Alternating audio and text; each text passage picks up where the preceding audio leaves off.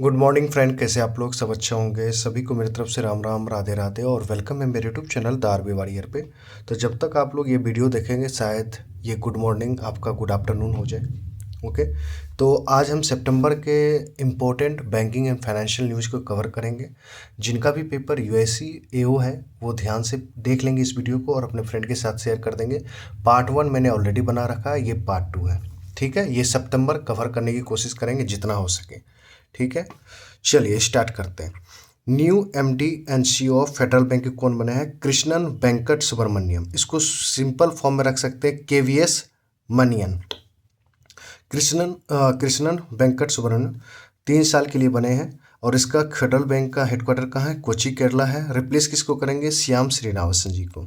ठीक है, एक बैंकिंग फाइनेंशियल न्यूज कवर हो गया। अच्छी न्यूज़ है क्योंकि यहाँ पे शेयर सेल करने की बात हो रही है। Finance minister to sell 6.78% stake in GIC Re. ये हमारा एक री इंश्योरेंस कंपनी है जिसका नाम है जीआईसी। ठीक है, general insurance company reinsurance. It is a government reinsurance company in India. 6.78% stake को सेल करेगा। इसमें गवर्नमेंट ऑफ इंडिया अपना शेयर को सेल करेगा। कितना रुपए में? 4,700 करोड़ रुपए में through offer for sale. OFS क्या होता है? ऑफर फॉर सेल क्या होता है?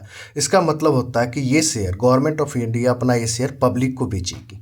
ठीक है, the will be the first stake sale since GIC Re listing 2017। मतलब जीआईसी री मतलब री इंश्योरेंस कंपनी जब से आपको शेयर मार्केट में लिस्ट हुई तब से ये पहला उनका सेल है। ठीक है, अब ये 6.78% स्टेक जो बेचेगा सरकार, कैसे कैसे बेचेगा? 3.39% of its equity, 3.39% as a green shoe option. अब इसमें इतने डिटेल में नहीं जाते क्योंकि आपको ये इंटरव्यू की क्लासेस नहीं है। ठीक है, ध्यान रखिएगा। Right no share of government of India का कितना है जीआईसी रे में? 85.78 है। अगर इसमें से हम 6.78 निकाल देंगे तो 79% हो जाएगा। अगर आपसे पूछे कि आफ्टर जो शेयर सेल करने के बाद, तो आपको ये वाला आंसर दे रहा है। अगर नहीं तो जीएससी रे में कितना है? 85.78% है सरकार की। ठीक है, इसका हेडक्वार्टर कहाँ है? मुंबई है। सीएमडी कौन है? रामास्वामी नारायण जी हैं। Okay, got it. अब ये भी पढ़ लीजिए क्योंकि रिलेटेड है कमीशन ऑफ इंडिया से, बट कह सकते हैं कि ये भी थोड़ा बहुत फाइनेंस से रिलेटेड हो जाता है। प्रेसिडेंट मुर्मू जी, हमारे जो प्रेसिडेंट द्रौपदी मुर्मू जी हैं, अप्रूव किए हैं constitution of 23rd law commission of India, क्योंकि 22nd law commission of India खत्म होने वाला है। Got it. टेन्योर कितना रहेगा इसका? 3 ईयर। 1 सितंबर 2024 से लेके 31 अगस्त 2027 तक चलेगा ये। कंपोजिशन कितने मेंबर्स वगैरह होंगे इसमें? 12 मेंबर्स होंगे, जिसमें एक chairman, 4 full time members, 2 ex officio members, maximum 5 part time members होते हैं। Got it. इसको एडमिनिस्ट्रेशन कौन करेगा? 23rd लॉ को तो union ministry of law and justice. Mandate to review, क्या काम होगा? Review and recommend legal reforms to enhance the Indian legal system. Got it. First constitute कब हुआ था? मतलब first law commission of India कब बना था? 1834 अंडर द लॉर्ड मैकाले के दौरान बना था। Okay. 22nd law commission end कब हुआ? 31 अगस्त 2024 को इंड हुआ। इसके चेयरमैन कौन थे? जस्टिस ऋतुराज अवस्थी जी थे। Got it.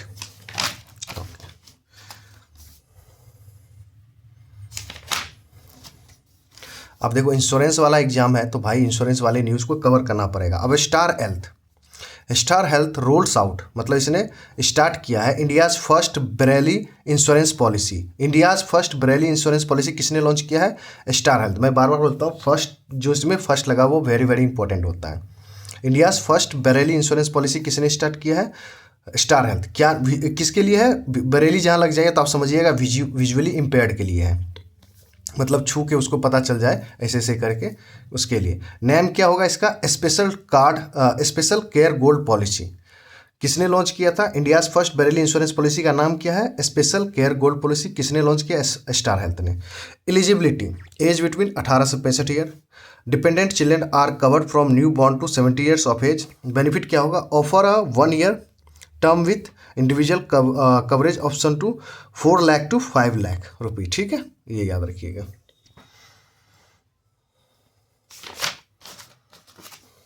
अब इसने एक नाम अपना ब्रांड को नाम चेंज किया है, Kotak general insurance rebrand as Zurich Kotak general insurance, क्योंकि जुरिच ने इसमें अपना शेयर को बढ़ा दिया, इसलिए अब कोटक जनरल इंश्योरेंस इसका नाम हो जाएगा Zurich Kotak general insurance after major stake acquisition. New owner Zurich हो जाएगा 70%। अब पूछा जाएगा कि ये जुरिच कोटक जनरल इंश्योरेंस में जुरिच इंश्योरेंस और कोटक महिंद्रा बैंक का कितना परसेंटेज है, रेशियो पूछा था 70:30 का, मतलब कोटक महिंद्रा बैंक का 30% और जुरिच इंश्योरेंस का 70%। बस इतना याद रखना आप लोग।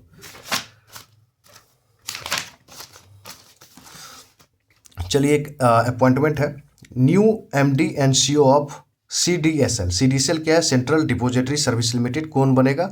नेहाल बोहरा बनेगा। किसके अप्रूवल के द्वारा? सेबी के अप्रूवल के द्वारा। अब ये सीडीएसएल क्या है? जब आप शेयर खरीदते हो तो आपको कंपनी के द्वारा शेयर सर्टिफिकेट भेजा जाता है इन द फिजिकल फॉर्म, तो उसको ये सीडीएसएल क्या करता है? उस सर्टिफिकेट को ऑनलाइन ई सर्टिफिकेट में कन्वर्ट करना इसका काम होता है CDSL. Central depository service limited के न्यू एमडी सीईओ कौन है? नेहल बोहरा। जब आप शेयर खरीदते हैं तो आपको कंपनी के द्वारा शेयर सर्टिफिकेट भेजा जाता है, तो इस सीडीएसएल का काम होता है कि इस शेयर जो आपको सर्टिफिकेट भेजा जाता है उसको इलेक्ट्रॉनिक फॉर्म में भेजना, ठीक है, सेंड किया जाता है।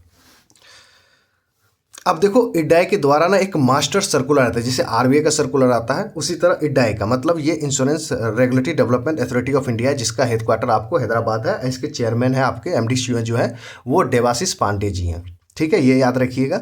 और ये मास्टर सर्कुलेशन है तो डेफिनेटली यूएससीईओ में आपको पूछा जा सकता है। तो हम सीधे बात करते हैं, यहाँ पे आपको पढ़ लिए क्या लिखा हुआ, अब पढ़ते हैं न्यू रूल्स क्या है। वहाँ पे स्टोरी है, उससे हमें कोई दिक्कत, हमें पढ़ना नहीं है, कहीं कि हमें जहाँ से क्वेश्चन बन सकता है हम पढ़ेंगे। All insurance policy must now be issued electronically, मतलब इलेक्ट्रॉनिक फॉर्म में किया जाए, ठीक है, ये हो गया। दूसरा, दिस डॉक्यूमेंट्स आर, मतलब ये documents are intent to ensure that policy holder fully understand their insurance coverage and terms, मतलब अब ना इंश्योर किया जाए कि जो आप पॉलिसी होल्डर, मतलब जो इंश्योरेंस ले रहा है, वो सारी टर्म्स एंड जो भी कंडीशन है वो समझ पा रहे हैं कि नहीं, ये काम होनी चाहिए, ठीक है। Customer information seat CIC for life insurance policy provides a summary of की पॉलिसी फीचर्स, मतलब CIC एक ऐसा कस्टमर इंफॉर्मेशन सीट लाया गया है, इसको याद रखिएगा, जिसमें कि जो लाइफ इंश्योरेंस है उसमें सारी की सारी चीज़ लिखी हुई है और एक समरी में हो, की वे में, मतलब 10 लाइन में बना हो, वो उससे ना वो समझ जाए पॉलिसी होल्डर, ठीक है। It provide insurance instruction on how to file a complain, इसमें सारी चीज़ लिखा रहो, जैसे like instruction how to file a complain including insurance ombudsman, ये सारी चीज़ें, ओके। अब दूसरा पॉइंट क्या था आप समझिए, द फ्री लॉक पीरियड, ये इंपॉर्टेंट है। The free lock period for life insurance policy with a term of 1 year या मोर इट इज़ 30 डेज। अगर आपने कोई इंश्योरेंस पॉलिसी ली हुई 1 ईयर के लिए या उससे ऊपर वाले की, तो आपको तो फ्री लुक पीरियड मिलेगा 30 डेज का, मतलब जब स्टार्टिंग में आप इंश्योरेंस पॉलिसी लेंगे तो आप जब स्टार्टिंग के लेंगे तो आपको कोई चार्ज वार्ज नहीं करना है, आपके लिए कोई इशू नहीं है। आप 30 दिन आप इसको यूज करो, इसमें आप सारी चीज़ देख लो, तो आपको ये 3 फ्री लुक पीरियड मिलेगा देखने के लिए, मतलब आप बढ़िया से समझ जाओ, 30 दिन है आपके पास, इस इंश्योरेंस के बारे में सारी जानकारी ले लो, यूज करो, कोई इशू नहीं है, ठीक है। IRDAI maintain the death claim where no investigation is needed. अब इडाई बोला है कि अगर डेथ क्लेम्स होता है तो आप इन्वेस्टिगेशन नहीं करेंगे, should be settle with in 15 days of claim initiation, मतलब जिस दिन क्लेम स्टार्ट हुआ उसके बाद 15 डेज में आपको क्लेम सेटलमेंट करना है। गॉट इट, ये 50 डेज क्लेम सेटलमेंट याद रखिएगा। अब आइए for claim requiring investigation, the settlement occurs with in 40 days of claim settlement. अगर क्लेम रिक्वायरिंग में इन्वेस्टिगेशन हो रहा है तो आपको 40 डेज में क्लेम सेटलमेंट करना है। आप देखिए, if a claim is not settled with in this timelines, अगर क्लेम सेटलमेंट नहीं होता है टाइम लिमिटेशन में, तब क्या होगा, the insurer must pay interest at the bank rate plus 2%। अभी जितना बैंक रेट चल रहा है उस पर प्लस 2%, मतलब ये कह सकते हैं कि पेनल्टी लग जाएगा। From the date of receipt of intimation until the date of payment. मज़ेदार, ये चीज़ याद रखिएगा, bank rate plus 2%, 40 days of और 50 डेज और 30 डेज का लॉक फ्री पीरियड। जिनका भी इंश्योरेंस एग्जाम है भाई, यहाँ से क्वेश्चन बन सकता है, ठीक है। अब आइए, पढ़ रहे बैंकिंग फाइनेंस तो इसको भी पढ़ना पड़ेगा, अपॉइंटमेंट तो पढ़ना ही पढ़ना पड़ेगा। FSIB रिकमेंड्स रामा मोहन राव अमारा for MD of SBI। SBI के नया MD कौन बनेंगे? रामा मोहन राव अमारा। SBI में 4 MD होते हैं, मैं 3 के बारे में बात कर रहा हूँ, ये चौथा। क्यों हुआ? क्योंकि ये रिप्लेस करेंगे चाला श्रीनिवासलू शेट्टी जी को, क्योंकि सी एस शेट्टी जी की क्या बने हैं, 27th चेयरमैन ऑफ SBI बने हैं, याद रखिएगा। अब ये FSIB किया है, अब इसके बारे में जान लीजिए। सॉरी ज़्यादा हिल रहा है, परेशान मत होइएगा, थोड़ा सा एडजस्ट कर लूँ। Financial service institution bureau will select the chiefs of PSB insurance company. इसका काम होता है, FSIB का काम होता है कि जितने भी पब्लिक सेक्टर बैंक्स है या इंश्योरेंस कंपनी, उसके ना मेन चीफ को, चेयरमैन को सेलेक्ट करने का। कब इस्टेब्लिश हुआ? 2022 में। चेयरपर्सन कौन है? भानु प्रताप शर्मा जी हैं। अदर 3 MD कौन है SBI के?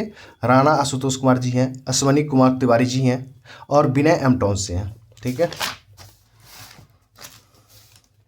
अब यहाँ पे एक कमेटी के बारे में बात करेंगे। SEBI sets up 22 member advisory committee on, किसके लिए? लिस्टिंग ऑब्लिगेशन एंड डिस्क्लोजर के लिए। बस आपको याद रखना है, समझना नहीं है। सेबी ने 22 मेंबर का एक एडवाइजरी कमेटी बनाया है, किसके लिए? लिस्टिंग ऑब्लिगेशन एंड डिस्क्लोजर के लिए। एग्जाम में आपसे यही पूछा जाएगा, इसके लिए कौन सा कमेटी बना, इसके कौन चेयर करेंगे? रामा सुब्रमण्यम गांधी, मतलब RS गांधी जी, जो farmer deputy governor of RBI रह चुके हैं। ठीक है, ये याद रखना है आपको। चलिए, Motilal Oswal launches India's first 500 momentum 50 index. आपको बस याद रखना है कि इंडियाज का फर्स्ट 500 मोमेंटम 50 इंडेक्स किसने लॉन्च किया? मोतीलाल ओसवाल। ठीक है, बस ये याद रखना है।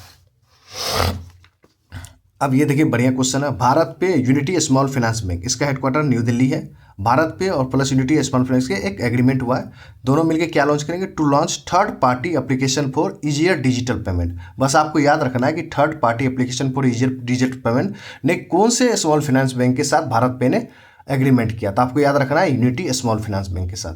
UPI third party application provider UPI TPAP। ठीक है, ये प्रोवाइड करता है थर्ड पार्टी एप्लीकेशन। अब ये मेटा का न्यूज़ है, इंपॉर्टेंट बनता है। आप कब देखते हैं कि मेटा से फेसबुक वाला जो न्यूज़ होता है वो पूछता है। मेटा और Telangana government to leverage the latest advancement is artificial intelligence to enhance e-governance and citizen service in the state. और एक्स्ट्रा इन्फॉर्मेशन पढ़िए इसके, ये क्वेश्चन आपसे शायद मेंस में पूछा था, याद है? Meta will deploy its open source generative, याद आ गया होगा आपको, open source generative AI technology including the latest Llama 3.1 model. याद है, IBPS PO में पूछा था। ये ओपन सोर्स जनरेटिव याद आ गया होगा, इतने तो भुलक्कर नहीं हो। अब कौन बोल रहा था कि मेरे नोट से क्वेश्चंस नहीं आते हैं? कोई बात नहीं आने दीजिए, मुझे 1 घंटा फर्क नहीं पड़ना।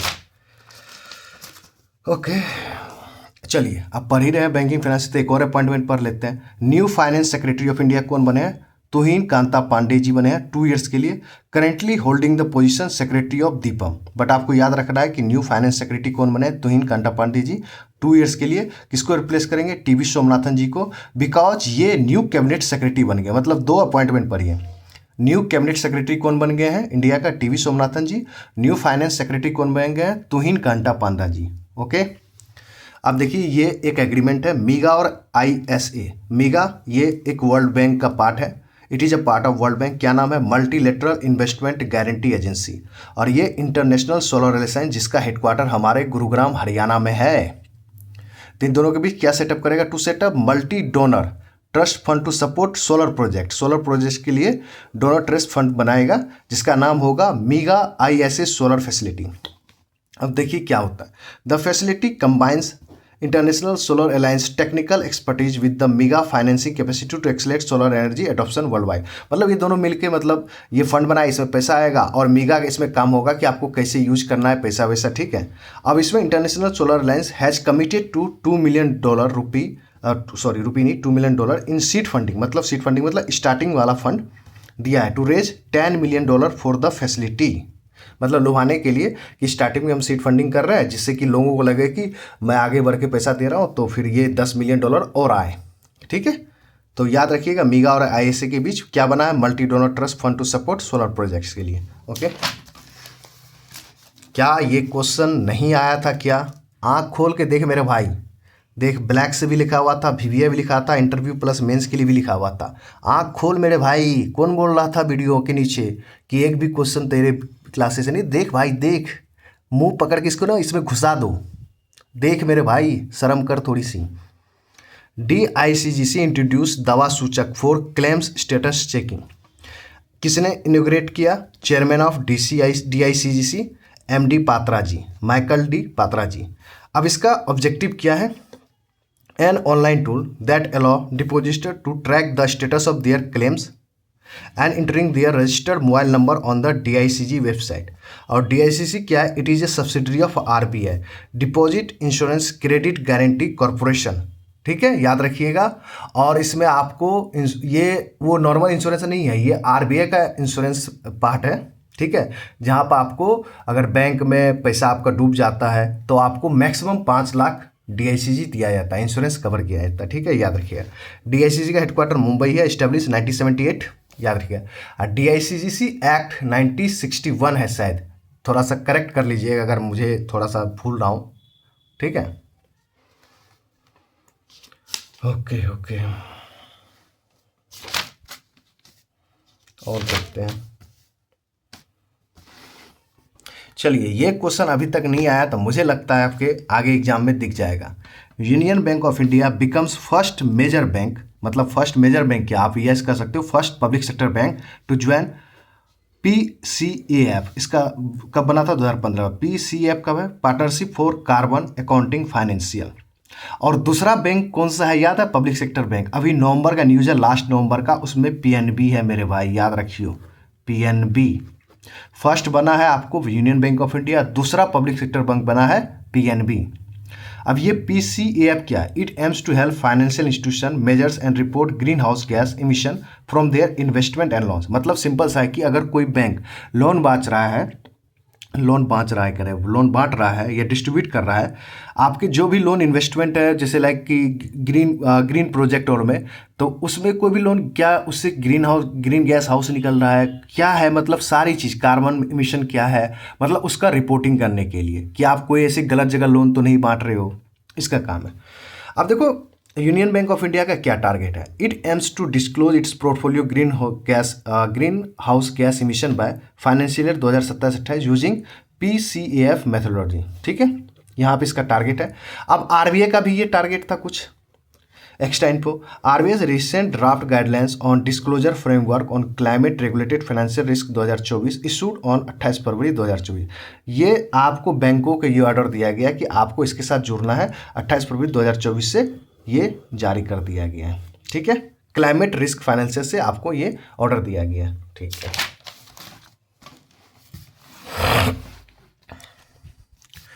अब ये वर्ल्ड बैंक का न्यूज है। World bank advises India to reassess RCEP decision to achieve 1 trillion export target.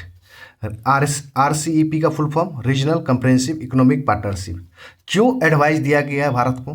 क्योंकि because India is not join RCEP, इसलिए बोल रहा है कि वर्ल्ड बैंक बोल रहा है इंडिया को कि आप ज्वाइन कर लीजिए, रीअसेस कीजिए, सोचिए, थिंकिंग करिए कि आपको रिसिप में RCEP डिसीजन में आपको ज्वाइन होना, मतलब इसमें ज्वाइन करना चाहिए, जिससे कि आप 1 ट्रिलियन एक्सपोर्ट टारगेट कर सकते हैं, प्राप्त कर सकते हैं। अब देखो क्या है, अब story so India pulled out RCEP negotiation in 2019 after initial talks begin in 2013। Starting हुआ था 2013 से, बट 2019 में पुल आउट कर लिया India. RCEP consist of RCEP में कौन कौन है? 10 एशियन मेंबर है and 5 free trade agreement members है, मतलब टोटल 15 कह सकते हो। 10 एशियन कंट्रीज हैं, मेंबर हैं, and 5 free trade agreement members हैं। इसमें 15 में से 13 के साथ इंडिया FTA करता है, एक्सक्लूडिंग चाइना एंड न्यूजीलैंड। मतलब चाइना न्यूजीलैंड को छोड़कर 15 में से 13 के साथ इंडिया फ्री ट्रेड एग्रीमेंट करता है। ठीक है, आप देखिए ये बढ़िया न्यूज़ है। SBI foundation launches 3rd edition of Asha scholarship program. कौन सा एडिशन है? आशा स्कॉलरशिप प्रोग्राम, ये SBI फाउंडेशन के द्वारा चलाया जाता है। 3rd एडिशन है to provide financial support to student ranging from class 6 to PG level तक। आपको ये याद रखना। अब क्वेश्चन यहाँ से पूछता है मेरे भाई, ये नहीं पूछता, अब ये पूछता है question class 6 to PG level तक। एमिंग कितना है? 10,000 स्टूडेंट्स का टारगेट है। फर्स्ट एडिशन 2022 में आया था, खत्म बात। अब देखो ये पेनल्टी पे है। अब ये सितंबर का न्यूज़ है तो हो सकता है पूछ सकता है। RBI इम्पोजेज 1.91 करोड़ रुपये fines on Axis bank. Axis bank पे कितना लगाया RBI ने? 1.91 करोड़ का फाइन लगाया, और HDFC बैंक पे 1 करोड़ पेनल्टी का। Reason lapses in engagement of recovery agents. Reason अब इसका रीजन देखो, एक्सिस बैंक वाला reason, violation of interest rate of depositor KYC और एग्रीकल्चर लोन गाइडलाइंस, जो होगा आपको ये याद रखना है, ठीक है।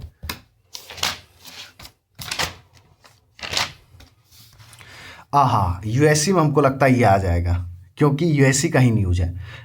AU small finance bank plus United India insurance company UIIC to sign agreement to offer insurance product, मतलब बैंक का इंश्योरेंस साइन हुआ है। बस आपको याद रखना है कि यूएससी रिसेंटली में किस स्मॉल फाइनेंस बैंक के साथ टाइप किया है, तो एयू स्मॉल फाइनेंस बैंक के साथ, ठीक है। और एयू स्मॉल फाइनेंस का संजय अग्रवाल एमडीसीयू है, जयपुर हेडक्वार्टर है, टैगलाइन बदलाव हमसे है, ठीक है। आइए जीडीपी के बारे में थोड़ा पढ़ लेते हैं। आप लोग जीडीपी बोलते हो ना।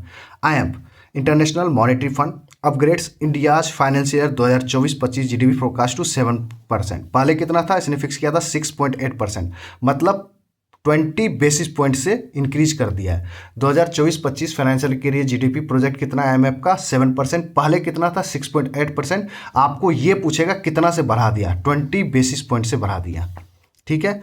अब फॉर फाइनेंशियल 2023-24 के लिए ये इतना था और इतना पूरा हुआ 8.2%, 2022-23 7%, और इसका ना प्रोजेक्ट भी किया है फाइनेंशियल 25-26 के लिए भी, तो 6.5% किया है। अब थोड़ा स्टैटिक फैक्ट भी जान लीजिए आईएमएफ के बारे में। 27 दिसंबर 1945, headquarter Washington DC, member 190 countries, 189 UN members and Kosovo observer state है, इसलिए टोटल 190 है। ये अभी तक ये क्वेश्चन नहीं पूछा है, ठीक है। आपसे पूछ सकता है अगर टफ करने का, तो ऐप में कितने यूएन मेंबर्स है, तो 189, और कौन ऑब्जर्वर स्टेट है, तो कोसोवो ऑब्जर्वर स्टेट है, ऑब्जर्वर कंट्री है, याद रखिएगा। इतनी डिटेल्स में नहीं बताएगा कोई, अभिजीत मिश्रा सर को छोड़ के और मेरे छोड़ के, याद रखिएगा। एमडी कौन है, क्रिस्टलिनिया जॉर्जिया जी हैं।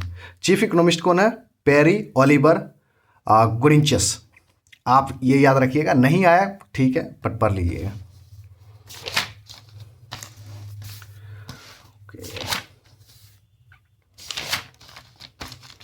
आपको सिर्फ हम बैंकिंग फाइनेंशियल नहीं करवा रहे हैं, तो इसलिए पेशेंस रखिए। चलिए, इंश्योरेंस वाला फिर आ गया। स्टार हेल्थ इंश्योरेंस और पॉलिसी बाजार के बीच में एक एग्रीमेंट हुआ है या टाइप हुआ है। Join hands to launch superstar किसने लॉन्च किया है स्टार हेल्थ प्लस पॉलिसी बाजार मिलके लॉन्च किया है सुपरस्टार, पीरियड 5 ईयर्स के लिए। बेनिफिट क्या होगा, insured option ranging from 5 lakh से लेके 1 करोड़ तक होगा, ठीक है। या हो सकता है ये क्वेश्चन पूछ ले, या हो सकता है कि सुपरस्टार इंश्योरेंस पॉलिसी किसने लॉन्च किया, तो star health insurance plus policy बाजार। या हो सकता है कि पॉलिसी बाजार ने भी रिसेंटली में सुपरस्टार लॉन्च किया है, वो किस इंश्योरेंस कंपनी के साथ हाथ मिला के किया है, तो स्टार हेल्थ इंश्योरेंस है। अब पूछेगा इंश्योर्ड कितना होगा, 5 लाख से 1 करोड़, कुछ भी क्वेश्चन बन सकता है। अब ये है UPI, unified payment interface, user can no send 5 lakh for some transaction, मतलब यूपीआई से आप 5 लाख ट्रांजेक्शन कर सकते हैं। पहले जहाँ पे 1 लाख था, आप किस किस में कर सकते हैं, टैक्स पेमेंट में कर सकते हैं, हॉस्पिटल एंड एजुकेशनल इंस्टीट्यूशन में कर सकते हैं, फॉर इनिशियल पब्लिक ऑफरिंग में कर सकते हैं आईपीओ में, and RBS retail direct scheme में कर सकते हैं। तो ये लीजिए आपके लिए, ठीक है। अब यहाँ पे आइए, थोड़ा सा आरबीआई सर्कुलर पढ़ लिया जाए। चलिए पढ़ लेते हैं। RBI to maintain higher requirement for digitally linked deposit buffer. अब बफर का मतलब होता है extra fund that is maintain by bank. इसलिए अब क्या बोला है आरबीआई ने, क्या प्रपोज किया है, RBI proposes that banks hold an additional 5%, ठीक है, ये याद रखिएगा। अब सीआरबी क्या होता है, अब पढ़ा देंगे आपको, ये पढ़ाएंगे। अब run off factor on digitally accessible buffer loan बोला जाता है। Retail deposits to manage risk और मास विड्रॉल वाय, आपको ये 5% रखना है कि कितना ने इसने प्रपोज किया है। बट अगर रिसेंटली मैं 2023 और 24 में बोलूँ कि आपको कंटीजेंसी रिस्क बफर कितना था, तो वो था 6.50। तो इस बार इसने बोला है कि 5% के आसपास रखना है। The new rules are scheduled to be take 1 April 2025 से। The additional buffer expected to impact liquidity coverage ratio, इसका फुल फॉर्म याद रखिए, एलसीआर का liquidity coverage ratio full form, और इसका फॉर्मूला क्या होता है। अब ये एलसीआर क्या होता है वो भी जान लीजिए पहले। Which represent the amount of liquid asset available to meet short term obligation. ये पार्ट है, एलसीआर वगैरह पार्ट है आपको किसका पता है, आपको बेसल का। एलसीआर रेशियो कितना होता है, value of high quality liquid asset बटे total net cash outflow over the next 30 calendar day into 100। इसलिए मैं बोला कि आपको ये 5% याद रखना है और ये एलसीआर का फुल फॉर्म याद रखना है, ठीक है। अब देखिए एक स्टैटिक फैक्ट है ट्रेजरी बिल के बारे में। Treasury bill is a government security, it is issued by government of India. Issue कौन करता है ट्रेजरी बिल को? Government of India. And dealing कौन करता है? आरबीआई। ठीक है, डीलिंग आरबीआई करवाता है, ये ध्यान रखिएगा। चलिए ये हो गया।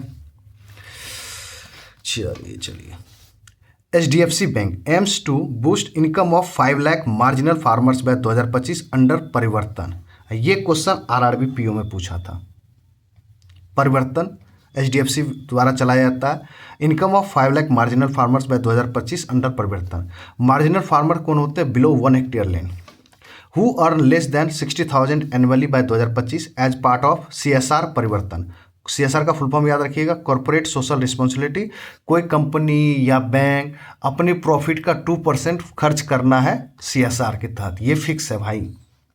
आप देखिए सिंस इट्स इंसेप्शन मतलब 2014 में परिवर्तन स्टार्ट किया गया था। Has grown into one of the India's largest CSR program active in 20 states and 8 UTs. आपको याद रखना है कि इंडिया में सबसे लार्जेस्ट CSR प्रोग्राम किसके तहत द्वारा चलाया जाता है? HDFC बैंक के द्वारा। क्या नाम है उसका? परिवर्तन। और कितने स्टेट में? 28 स्टेट्स में। और कितने यूटीज में? 8 यूटीज में। फर्स्ट बिगिन कब हुआ था? वाराणसी से। स्पेंट इन फाइनेंशियल 2023-24 में कितना खर्च किया CSR के तहत, इस परिवर्तन के तहत? 945.31 करोड़। और स्पेंट इन फाइनेंशियल 2022 थे उससे भी पिछले 820.89 करोड़। और ओवर द लास्ट 10 डिकेड मतलब लास्ट डिकेड मतलब 10 ईयर में कितना खर्च किया है परिवर्तन के तहत? 5100 करोड़। SBI ने देखो HDFC ने इतना खर्च किया मेरे भाई। चलो अब आओ वेरी इंपॉर्टेंट इडाई। मैं बोल रहा हूँ इंश्योरेंस का एग्जाम है तो ये क्वेश्चन पूछ सकता है। IRDAI fines 1 crore on SBI life insurance.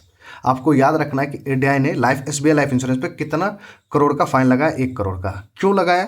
Violation pertains to SBI life insurance dealing with the insurance web aggregator its outsourcing activity, मतलब गलत तरीके से कुछ कर रहा होगा। इसके बाद इडाई के चेयरमैन कौन है? देवाशीष पांडे। हेडक्वार्टर कहाँ है? हैदराबाद।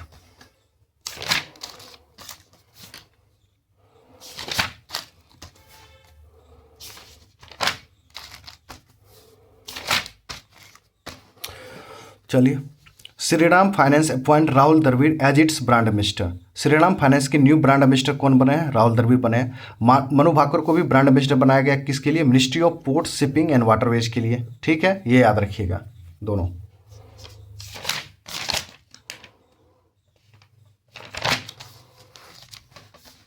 अब ये money view becomes 2024 6th unicorn after securing 4.6 million funding from SL India and nexus venture. मतलब ये मनी व्यू में किसका किसका शेयर है? SL इंडिया, नेक्सस वेंचर का। और 2024 का 6th यूनिकॉर्न बन गया है। अदर 5 यूनिकॉर्न ऑफ 2024 कौन सा है? कृत्रिम फर्स्ट है, दूसरे पे परफ्यूस है, 3 पे पोर्टर है, 4 पे रेपिडो है, 5 पे अथर एनर्जी है। इसमें कोई ये नहीं बोलेगा कि ये चौथा है ये पांचवा है, मैं भी सर्च करके आया हूँ। ठीक है, तो फालतू की चीज़ें नहीं करने का।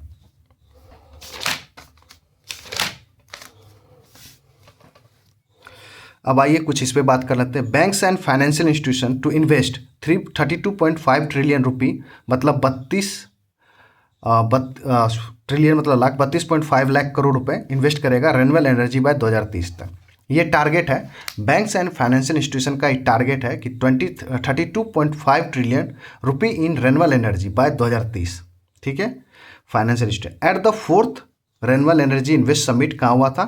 Gandhinagar Gujarat, hosted by ministry of renewable energy NCI। वहीं पे ये डिसाइड हुआ है, बैंक एंड फाइनेंशियल इंस्टीट्यूशन ने बोला है। India aims to build 500 gigawatt of renewable energy capacity by 2030। ये टारगेट है गवर्नमेंट ऑफ इंडिया का। By commitments from the solar power industry have reach 570 gigawatt. अब देखिए रेन्यूएबल एनर्जी में क्या हुआ? But commitment from the solar power ये reach 570 gigawatt. Solar power तो 570 गीगावाट हो गया, बट रेन्यूएबल एनर्जी में बहुत सारा चीज़ आता है। अ न्यू इनिशिएटिव कॉल शपथ पत्रा, ये याद रखिए, aims to attract green energy investment. अब एक न्यू इनिशिएटिव निकाला गया गवर्नमेंट की तरफ से जहां पे ग्रीन एनर्जी इन्वेस्टमेंट आए, उसका नाम क्या है? शपथ पत्रा। ओके, आप देखिए LIC life insurance corporation appoint Infosys. LIC ने अपॉइंट किया इन्फोसिस को किसके लिए? नेक्स्ट जेन डिजिटल प्लेटफॉर्म के लिए as part of DIPE program. DIPE का full form digital innovation value enhancement. D digital, I innovation, B value, E मतलब इन्हांसमेंट। ठीक है,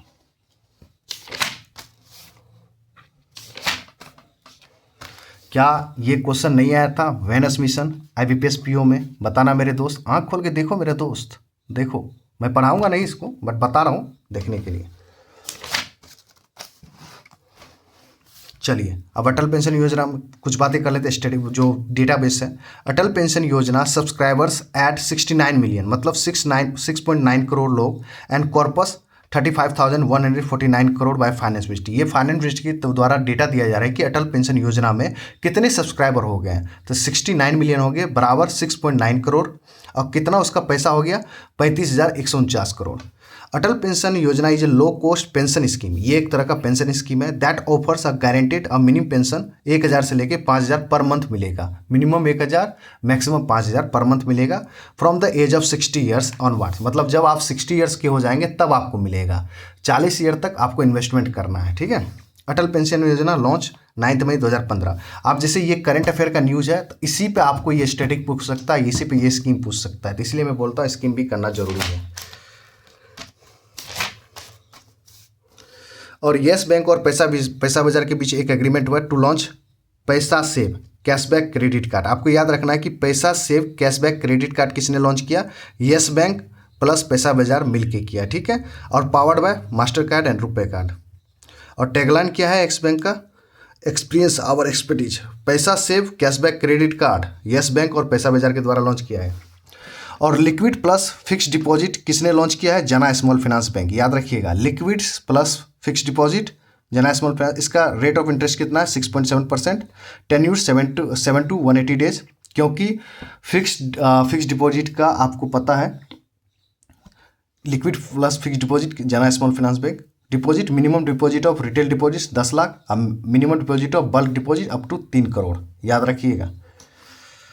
हाँ, bank of Baroda launches gen I powered virtual relationship manager for conversational banking. क्या नाम है उसका? Aditi launch किया bank of Baroda. Support audio video and chat for 24/7। Bank of Baroda also launch gen AI enable knowledge management platform called Gyan सहाय.ai for its employ. अपने employ के लिए launch किया ज्ञान सहाय.ai। और अदिति जो आप कस्टमर हैं उनके लिए लॉन्च किया गया अदिति, जिसमें आपको ऑडियो वीडियो चैट फॉर 24/7, ठीक है, ये याद रखिए।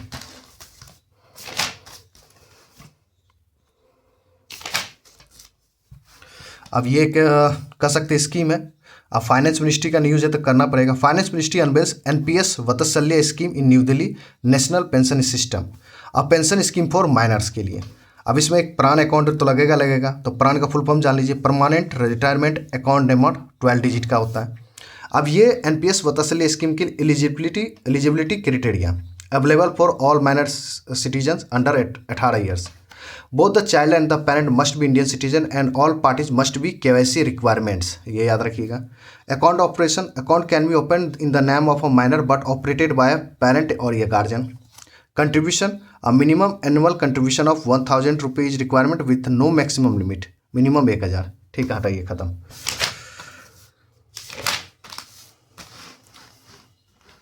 अब चलिए S&P standard and poor global report क्या बोल रहा है? India on track to become world's third largest economy. World third largest economy कम बन जाएगा S&P के द्वारा फाइनेंशियल ईयर 2030-31 में, ठीक है। Right now India comes lower middle class income आता है। अब इसके द्वारा GDP भी प्रोजेक्ट किया गया था। फाइनेंशियल 2023-24 के लिए GDP रखा था इसने 8.2% और फाइनेंशियल 2024-25 के लिए 6.8%। और चलिए IDFC फर्स्ट बैंक ने क्या लॉन्च किया है? अश्व लॉन्च किया है और मयूरा क्रेडिट कार्ड लॉन्च किया है, ठीक है। बस इतना याद रखना है कि IDFC फर्स्ट बैंक ने रिसेंटली में 2 टाइप के क्रेडिट कार्ड लॉन्च किया है, अश्व और मयूरा, ठीक है।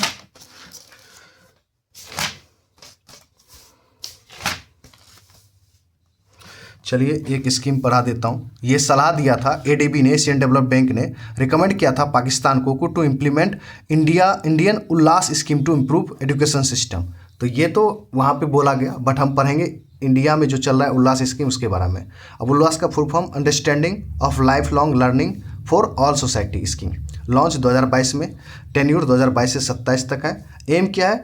To empower those adults aged 50 years and above from all background who could not get due to schooling, उसके लिए है, ठीक है।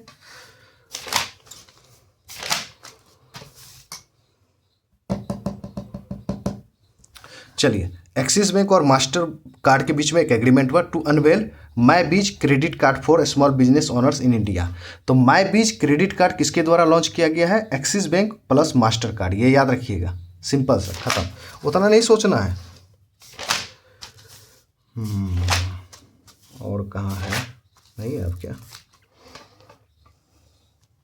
चलिए एक और जीडीपी है, OECD raises India GDP forecast to 6.7% for financial 2025, previous था 6.6%, मतलब 10 बेसिस पॉइंट का इंक्रीज किया, और 6.8% फॉर फाइनेंशियल 2025-26, जहाँ पे प्रीवियस 6.6% रखा था, तो यहाँ पे 20 बेसिस पॉइंट का बढ़ाया गया, आपको याद रखें, ठीक है।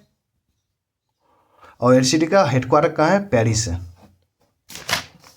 और देख लेते हैं। चलिए आपका मैंने सितंबर ख़त्म कर दिया बैंकिंग फाइनेंस, अब दिक्कत नहीं होना चाहिए। अगर आप इस पे व्यूज़ अच्छा ले आओगे तो मैं डेफिनेटली आपके लिए अक्टूबर भी ले आऊँगा।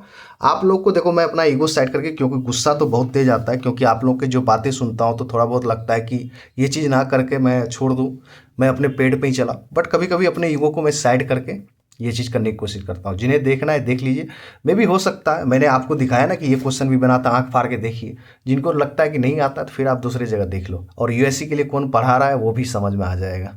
Thank you very much, good luck, best of luck.